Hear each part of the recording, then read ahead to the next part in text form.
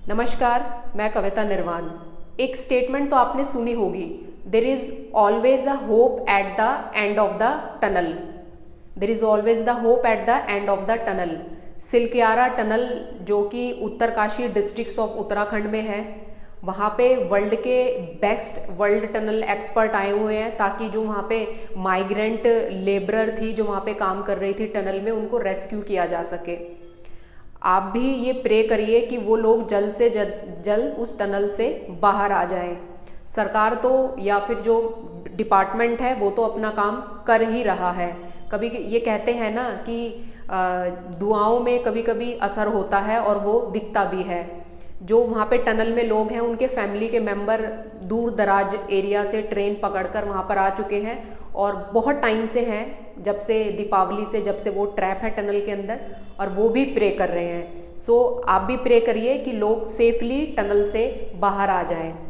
तो आज जो मेरा टॉपिक ऑफ डिस्कशन है वो है हरियाणा का एक ऐसा प्राविधान कानून या लॉ कह लीजिए जो पंजाब और हरियाणा की हाई कोर्ट ने अभी जिसको नल एंड वॉइड कह दिया गया है।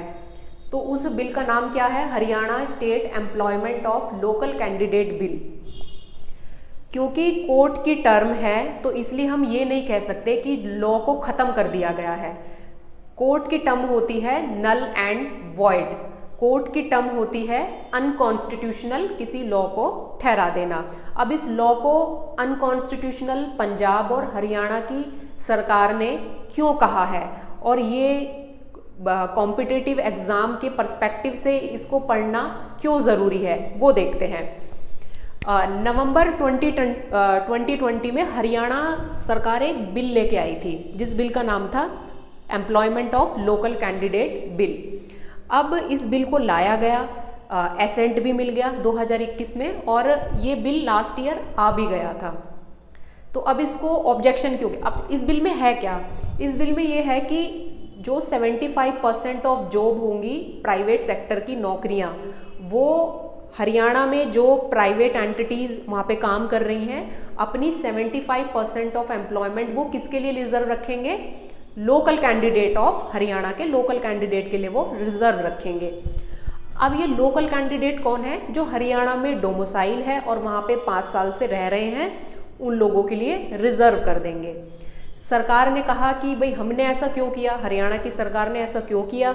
उनका कहना है कि भाई अनएम्प्लॉयमेंट है और हम चाहते हैं कि जो राइट टू लिवलीहुड है वो हम लोगों के लिए एंश्योर कर सके।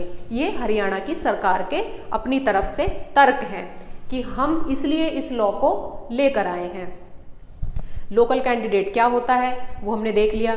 अब ये जो कैंडिडेट होंगे इनको एक सरकार का एक पोर्टल था और वहाँ पे डेजिग्नेटेड पोर्टल पे वो रजिस्टर कर सकते हैं और इस जो स्कीम है उसका वो एडवांटेज ले सकते हैं।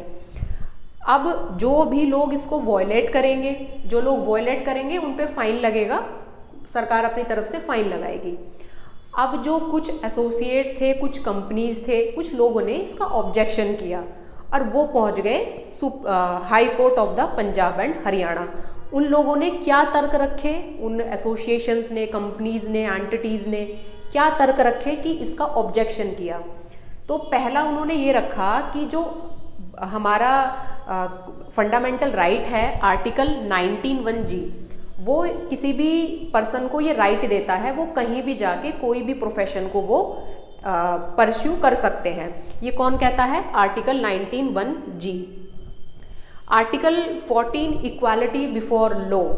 Article 15 which prohibit discrimination on ground of race, religion, caste, gender और प्लेस ऑफ बर्थ। उन लोगों का ये कहना था कि ये जो प्राविधान है हरियाणा का, ये article 19(1)(g), article 14 and article 15 of the constitution, जो कि हमारे फंडामेंटल राइट हैं, उनको वॉयलेट करता है और करता भी है।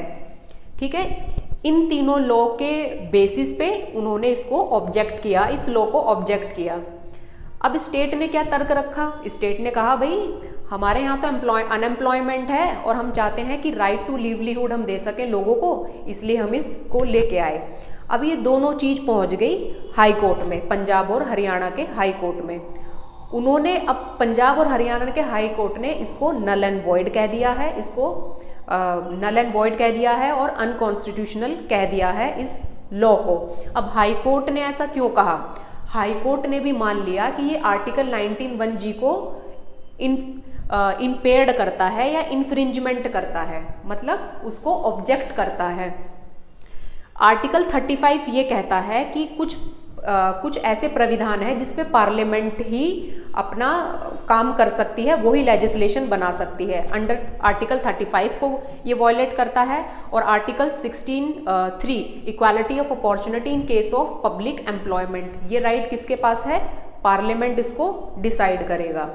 तो कोर्ट ने क्या कहा? ये वॉयलेट करता है इन 3 लॉ को। तो कोर्ट ने इन तीनों को बताया कि ये इन तीनों आर्टिकल को ये लॉ क्या करता है, मतलब ऑब्जेक्ट करता है। तो इसलिए ये जो हरियाणा का कानून है ये अनकॉन्स्टिट्यूशनल है, क्योंकि हमारे फंडामेंटल राइट जो है आर्टिकल 13 उसमें ये है कि अगर कोई भी प्राविधान कोई भी स्टेट मतलब इम्प्लीमेंट करेगी तो उसको ऑब्जेक्ट किया जा सकता है under judicial review high court में और सुप्रीम कोर्ट में। तो उसी में इसको ऑब्जेक्ट किया। अब ऐसा नहीं है कि कुछ स्टेट ऐसी हैं जैसे कि महाराष्ट्र, आंध्र प्रदेश, कर्नाटका, मध्य प्रदेश, जहाँ पे ऐसे इस तरह के लॉ चल रहे हैं। तो अब ये पूरा हो गया, मतलब ये लॉ बनाया था, वहाँ के लोगों ने इसका ऑब्जेक्ट किया कंपनीज ने, और कोर्ट ने इसको क्या कर दिया, नल एंड वॉइड कह दिया और ये अनकॉन्स्टिट्यूशनल है। ठीक है, अब इसमें क्या इंपॉर्टेंट है एग्जाम के पर्सपेक्टिव से? ये इंपॉर्टेंट है कि आर्टिकल 19(1) क्या है, आर्टिकल 14 किसके बारे में है, आर्टिकल 15 किसके बारे में है, ये आर्टिकल 16(3) किसके बारे में है और आर्टिकल 35 किसके रिगार्डिंग है।